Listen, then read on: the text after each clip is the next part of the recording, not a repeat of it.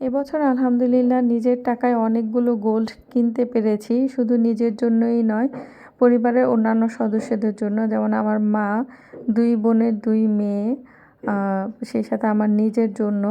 আসসালামু আলাইকুম everyone, welcome back to my new daily lifestyle blog. আশা করছি সবাই অনেক ভালো আছেন। আলহামদুলিল্লাহ আমিও ভালো আছি। এটা ছিল রোজার ৪-৫ দিন আগের একটি ভিডিও। তো আমি আমার গ্রামের বাড়িতে অর্থাৎ আমার বাবার বাড়িতে যাচ্ছিলাম। আর এই তো পদ্মা নদী আমাদের বাড়ির পাশেই।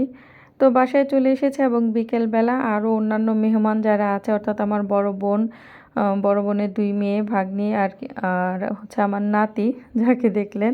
তো ওরা সবাই এসেছে। আর এই আংটিটা কিনেছি আমার বড় বোনের ছোট মেয়ের জন্য। অ্যাকচুয়ালি ওরা এসএসসি পরীক্ষা দেবে, আমার বড় বোনের ছোট মেয়ে ও আর আমার মেজো বোনের মেয়ে। তো ওদের দুইজনকে পরীক্ষার পরে কিছু গিফট করতাম। তো যেহেতু গোল্ডের দাম বেড়ে যাচ্ছে আর আমি ভেবেছিলাম যেহেতু মোটামুটি একটা অ্যামাউন্টের মধ্যে কিছু না কিছু গিফট করব, তাই চিন্তা করলাম ওদের দুইজনেরই আবার ফিঙ্গার রিংয়ের ইচ্ছা ছিল, সবসময় রেগুলার ইউজের জন্য আর কি। তো আমি বললাম যে আচ্ছা ঠিক আছে, তাহলে আমি দুইজনকে 2টা ফিঙ্গার রিং দিই। আর এখানেই তো আমি নিজের জন্য যে ব্রেসলেটটা কিনেছিলাম ওইটাও দেখাচ্ছিলাম একটু। আর আরেকটা যেটা কিনেছি এই তো আমার নিজের জন্য আর 2 ভাগ্নির জন্য 2টা ফিঙ্গার রিং আর আমার মায়ের জন্য একটা চেইন বানিয়েছি। তো আলহামদুলিল্লাহ আল্লাহর কাছে শুকরিয়া অনেক। আমার আগে গোল্ডের প্রতি এত বেশি ফ্যাসিনেশন ছিল না, বাট বর্তমান সময়ে আমার গোল্ডের প্রতি আকর্ষণ জন্মেছে। এটা বিকেলবেলা না, ঠিক মাগরিবের পরে আমার মেজো বোন চা বানাচ্ছিল সবার জন্য। আর এখানে আমার নাতি তো হাঁটাহাঁটি করছে। আর এই তো আসলি খাতুন আমার ভাস্তি, ওকে তো মোটামুটি অনেকেই হয়তো বা আমার অনেক ব্লগেই দেখছেন। তো দুষ্টামি করতেছিল এখানে। আর এখানে আমার নাতি আয়ান, বড় বোনের বড় মেয়ের ছেলে। তো ও ও নাচতেছিল গানের সাথে। ওর মাত্র ১ বছর ২ মাস বা ৩ মাস এমন হবে। এখনই ও অনেক কিছু বোঝে, মাশাআল্লাহ অনেক বেশি বুদ্ধি হবে। আর এখানে গানের তালে তালে কীভাবে নাচছিল এটাই আমাদেরকে আর কি আমার ভাগ্নি দেখাচ্ছিল। আর আমরা হাসতেছিলাম দেখে যে এতটুক বাচ্চা কীভাবে ও কী বুঝে, নাচের সাথে সাথে আবার হচ্ছে কীভাবে করে ঘুরতেছে, লাফাচ্ছে, আল্লাহ! এগুলা দেখে তো আমরা অনেক হাসাহাসি করতেছিলাম। আর এরই ফাঁকে আমাদের সন্ধ্যার নাস্তাটাও করা হয়ে গেল। বাড়িতে আসা মানেই অনেক শান্তির একটা জায়গা। আসলে অন্য কোথাও নিজের বাড়ির মতো শান্তি নেই। অবশ্য যতক্ষণ বাবা মা বেঁচে আছে ততক্ষণই। আর এরপরের অবস্থা কি হয় জানি না।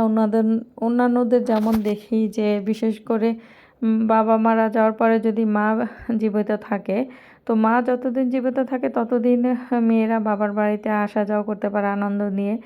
মাও যখন থাকে না একসময়, তখন মেয়েরা আসলে বাবার বাড়িতে ওইভাবে আর আসতেও মন চায় না, বা তারা আসলে সেই সমাদরটা বা সেই আন্তরিকতাটা পায় না। তো যাই হোক, এটা পরের দিন ভোরবেলা 7টার দিকে ছিল। আমাদের বাসার ওদিক দিয়ে একটা কাজে যাচ্ছিলাম আর কি। তো যেখানে গিয়েছিলাম এটার পাশেই ছিল অনেক বড় চক বা ক্ষেত, অনেকে অনেক কিছু বলে। তো এখানে অনেক দিন ধরে ছবি তোলার ইচ্ছা ছিল। ফাইনালি একটা কাজের মধ্যে গিয়ে পেয়ে গেলাম জায়গাটা, আর ছবিও তুলে নিলাম। আর এখানে দুধ নিয়ে এসেছি বাসায়। আসলে আমার অনেক বেশি আমার বোনের হাতের বিরিয়ানি খেতে ইচ্ছা করছিল আর পায়েস, তো এটার জন্য দুধ কিনে আনা হয়েছিল। আর ছাদ বাগানে আম গাছে অনেক আমের ফুল এসেছে, মুকুল। আর আমার বোনের ফুলকপিটাও অনেক সুন্দর হয়েছে, ওটাও দেখালাম। আর এখানে এই তো পায়েস রান্না চলছে। পায়েসটা একটু সকাল সকালে বসিয়ে দিয়েছে, যেহেতু পায়েসটা হতে একটু টাইম লাগবে। তো অনেক দিন ধরেই আমার ইচ্ছা করছিল যে একটু পায়েস খাবো। আসলে আমাদের এলাকার যে পায়েসটা বা আমাদের বাসায় যে পায়েসটা রান্না করে, এরকম পায়েসটা আমি অন্য কোথাও পাই না। অন্য কোথাও দেখা যায় যে পায়েসের মধ্যে চালের পরিমাণটাই বেশি, দুধের পরিমাণটা কম। তো ওইভাবে কিন্তু না অত একটা মজা লাগে না। আর এখানে দেখেন আমার ভাস্তি বসে গেছে পায়েস রান্না করার জন্য। তো ওকে আবার একটু ভিডিও করছিলাম। ও মাসাল্লাহ অনেক পাকনা হয়ে গেছে আর কি। আর এখানেই তো বললাম যে বিরিয়ানি খেতে ইচ্ছা করছিল বাসায় আমার মেজো বোনের হাতে। তো এখানে বিরিয়ানির জন্য মুরগির মাংসগুলো ভেজে নিচ্ছিল। মুরগির বিরিয়ানি খেতে চেয়েছিলাম, কারণ বিফ বিরিয়ানি মোটামুটি খাওয়া হয় অনেকই। তো আমার হচ্ছে চিকেন বিরিয়ানি খেতে ইচ্ছা করছিল। আর আমার বোনের হাতে চিকেন বিরিয়ানি মানে অনেক অনেক বেশি মজা। যে কোনো বড় বড় রেস্টুরেন্টগুলোতে যেরকম যেমন হচ্ছে হাজির বিরিয়ানি টিরিয়ানি যেগুলো হয়, এগুলার থেকেও বেশি মানে আমার কাছে মজা লাগে আমার বোনের হাতের বিরিয়ানিটা, অনেক অনেক বেশি মজা। আর আমার বোনের তো একটা হোমমেড ফুডের বিজনেস আছে, যেটাতে আমিও অর্ডার নেওয়ার কাজটা করি, এবং ও রান্না টান্না করে ডেলিভারিও দিতে হয়, কারণ ডেলিভারি ম্যানের খুবই সংকট। তো এই তো ফাইনালি বিরিয়ানিটা হয়ে গেছে দুপুরবেলা। আমরা সবাই ওয়েট করছিলাম যে কখন খাবো, আর এত বেশি মজা হয়েছিল টু বি অনেস্ট। মানে যেমন একটা বিরিয়ানি খাওয়ার ইচ্ছা হয়েছিল, ঠিক মাশাআল্লাহ ওই রকম একটা বিরিয়ানি মানে খেয়েছিলাম আলহামদুলিল্লাহ। তো এই তো বিরিয়ানির কালারটা এখানে আসলে ক্যামেরাতে না ওইভাবে ফুটে ওঠে না, আর ক্যামেরাতে ফুটে ওঠানো সম্ভবও না। আমরা নিজের চোখে আল্লাহর দান যে চোখ দ্বারা যেভাবে দেখি, ওইটা তো আসলে কোনো পৃথিবীর যত দামি ক্যামেরার লেন্সই হোক ফোটানো সম্ভব না। আর এখানে আমরা সবাই মিলে বসে দুপুরে খাচ্ছিলাম বিরিয়ানি, আর হচ্ছে একটু গল্পগুজব করছিলাম। আমার হচ্ছে ভাগ্নিরা ছিল, ও হচ্ছে গল্প করছিল, তো আর কি হাসতেছিলাম এই জন্য ওর কথা শুনে আর কি। তো এই তো বাবার বাড়ি মানেই আনন্দ, বাবার বাড়ি মানেই হচ্ছে নিজের চাওয়াগুলা পূরণ হওয়া।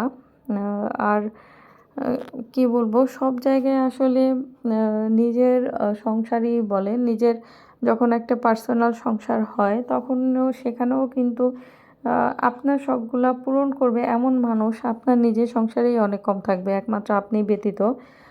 তো এইটাই আর কি, নিজের শখগুলো দিন শেষে নিজেকেই পূরণ করতে হয়। যতদিন মা আছে ততদিন মা করে, বাবা করে। আর বিকেলবেলা খাওয়া দাওয়ার পরে ছাদে এসেছিলাম, এটা হচ্ছে আমরা নোনা ফল বলে, অনেকে সফেদানা কি যেন বলে। মাশাআল্লাহ এবছর অনেক অনেকগুলা ফল এসেছে। প্রতি বছর আসে হচ্ছে কি 12-13টা, হায়েস্ট 15-20টা ফল এরকম আসে। আর এই ফলটা আমার অনেক পছন্দ আর অনেক মজা এই ফলটা। তো আর গাছটাতে না কেমন জানি সাদা সাদা পোকা আছে কিছু, ওই পোকাগুলো ধরেছিল। তো একটা দুইটা ডালে আর কি একদম এত ধরেছে মনে হচ্ছে যে ডালটা ভেঙে পড়বে। তো এই তো এটা ছিল পরের দিন সকালবেলা।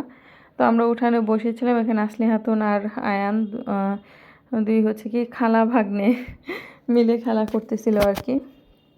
তো এই তো এটাই ছিল আমার আজকের ব্লগ। আশা করছি ভালো লেগেছে। সবাই ভালো থাকবেন। আল্লাহ হাফেজ।